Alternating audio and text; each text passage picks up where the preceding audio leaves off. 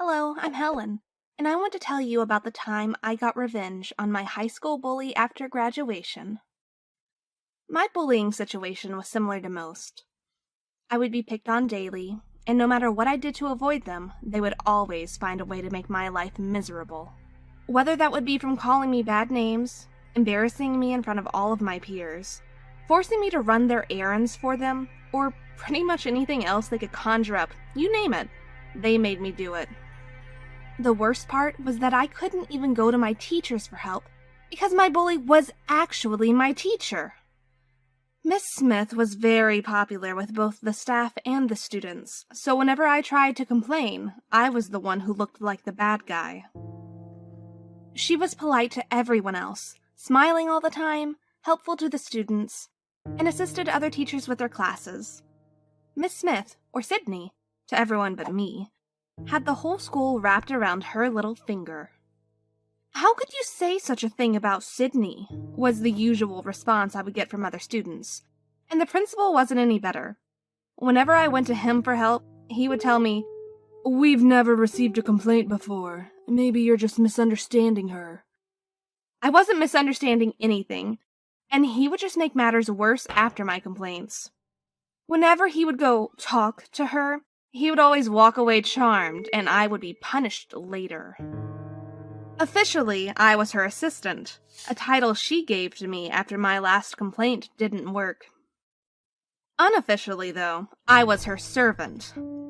She would make me pick up the class worksheets, and I would be the one filling them out. If I made a mistake, she would yell at me, cursing and throwing the papers onto the ground. Then I would have to pick them up and start all over again.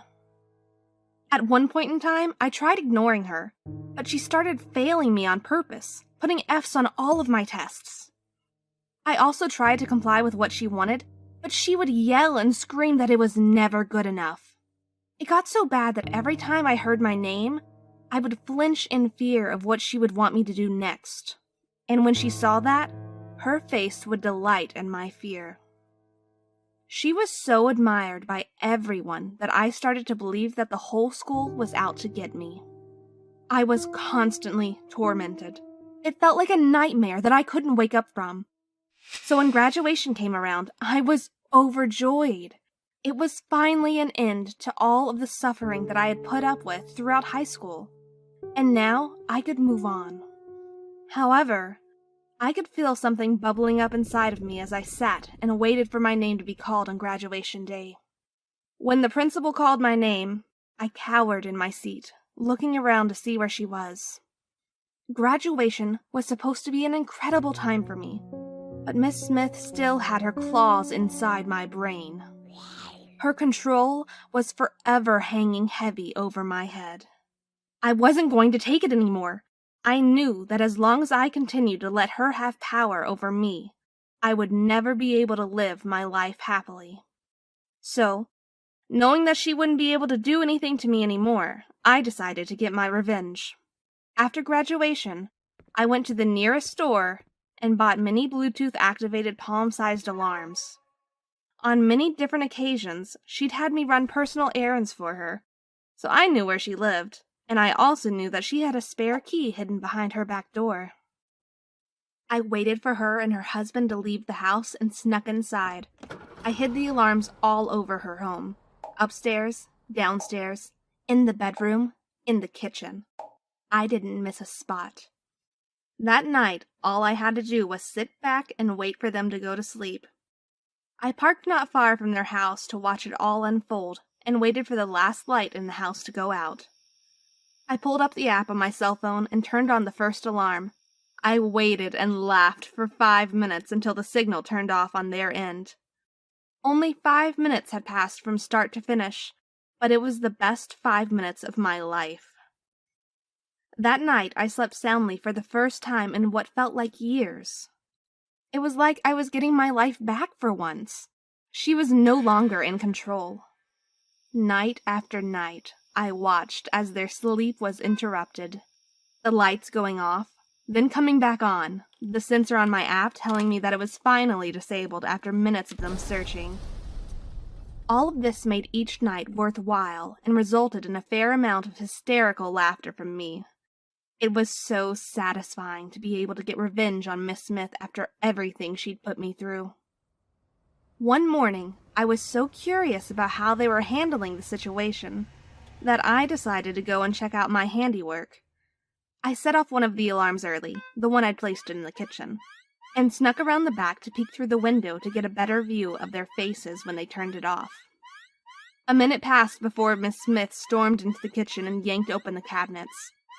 She searched a little before she pulled out the alarm and smashed her hand on top of the button, turning it off. It was hard for me to contain my laughter, but seeing the irritation on her face and how many times she slammed her hand on the button over and over again, even after the alarm turned off, well, I couldn't help but smile. Not only was my plan working, but it was working better than I could have ever hoped for. I wanted to stand up in full view of the window and show my face to Miss Smith to let her know that it had been me all along. I wanted nothing more than to bask in her shock as she saw my face standing before her with the alarm still in her hand. But instead, I turned away from the window and pulled out my phone. Everything was going so smoothly, so I decided to turn on another alarm. If she was irritated now, I could just imagine how annoyed she'd be by hearing another alarm go off.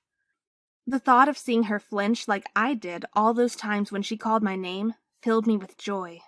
However, when I was about to press the button, I heard mumbling coming from inside. When I looked back through the window, I saw Miss Smith crying. At first, I didn't care. I mean, after all of the things she'd done to me, it was only right that she experienced a little bit of the pain that I'd undergone for so long. But then her husband came downstairs. He started yelling and screaming at her, telling her that this was all her fault. He blamed her for everything and even went as far as to accuse her of setting the alarms herself. She denied it, and they started to argue, but he wouldn't back down. I could hear him screaming things at her that she used to say to me. "How could you be so stupid? You know I have to work early in the morning, and now you're playing these ridiculous games? You're worthless. There'll be trouble if you don't find every single alarm before I get back today." He physically pushed past her as he stormed out of the house. Then he got into his car and drove away. I was shocked. I actually felt sorry for her and was about to leave. But that's when I heard another voice shouting. This time, it was a woman. I looked inside the window, and an old woman was standing there screaming at Miss Smith. Her voice was so loud and annoying. "You will never be the wife my son deserves!" she screamed. "Both of us are miserable because of you! Get the hint already, and leave us to live in peace!" I couldn't believe what I was seeing. The old woman looked absolutely terrifying. Miss Smith paused for a moment and then shouted, "Helen!" I froze. My whole body went completely numb. She'd seen me. But that's when she continued talking. "Just because you're my mother-in-law doesn't mean you can speak to me like that in my own house." Oh, whoa. Her mother-in-law had exactly the same name as me. At that moment, things started to make sense. After everything that Miss Smith had put me through, it was hard for me to feel sympathy for her. But now I was able to see everything with my own eyes. She was doing to me the things that had been done to her. I guess it was her way of getting some kind of release. I had always wondered why it was me that she decided to pick on, but it was obvious now. I felt sorry for what she was going through, but I was also angry that she had taken her frustrations out on me for so many years. After thinking about it, I realized I didn't want to be like her. She was miserable and had decided to make someone else's life miserable too, just so she could feel a bit better. That just wasn't in my nature, and I didn't want to end up like her. Two wrongs don't make a right. So I wrote a letter giving the location of the rest of the alarms and slipped it under her door. After I was done, I drove away from her house and never looked back. Have you ever been picked on by your teacher? Hi, my name's Zara, and I have this real fascination with vampires. Every Halloween since I can remember, I've always begged my mom to let me dress up as a vampire. I was never interested in being a witch or a cat or a zombie. I just wanted to be a vampire. I read the Twilight books when I was only 10 years old and dreamt of one day being like Bella Swan.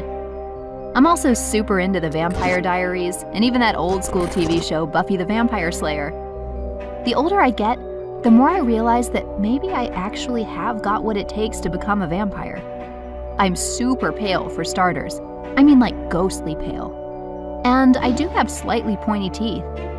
And guys, this bit is so weird, but I'm properly allergic to garlic.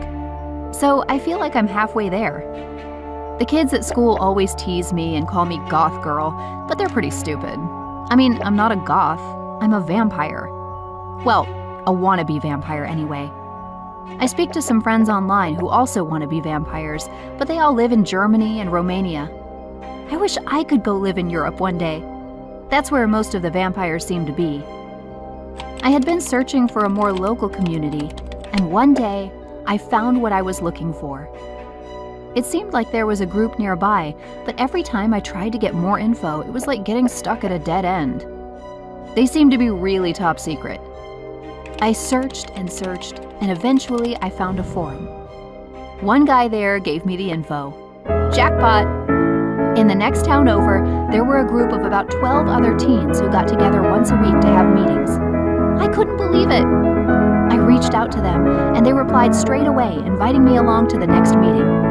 All I had to do was give them the password that the guy had given me on the forum, and I was in. I was so excited for that first meeting. It took place at this hut in a forest on the outskirts of town. It was dark when I arrived, and I felt a bit scared, but I had to pretend I was fine or they'd think I wasn't for real. Vampires don't get scared. I walked in and took a seat next to this super skinny tall guy. He just happened to be the leader, and he asked me to stand up and prepare for my initiation. I thought maybe I'd just need to introduce myself, but there was more to it than that. Anyway, I don't really want to go into details because it was a bit graphic and it involved blood. But I did it, and I was initiated. During the next week, I found myself feeling less excited about the next meeting. Every time I thought about the people there, my stomach started to hurt. It didn't seem like being a vampire in real life was as cool as it was in the movies and books I loved. When the day arrived for the next meeting, I still went along because I didn't want them to think I was a chicken. When I arrived, there was a coffin lying outside. They told me that there was one step left in my initiation process. That if I really wanted to be a part of their community, I had to spend the night sleeping in the coffin, half buried underground. I laughed. Surely they were joking.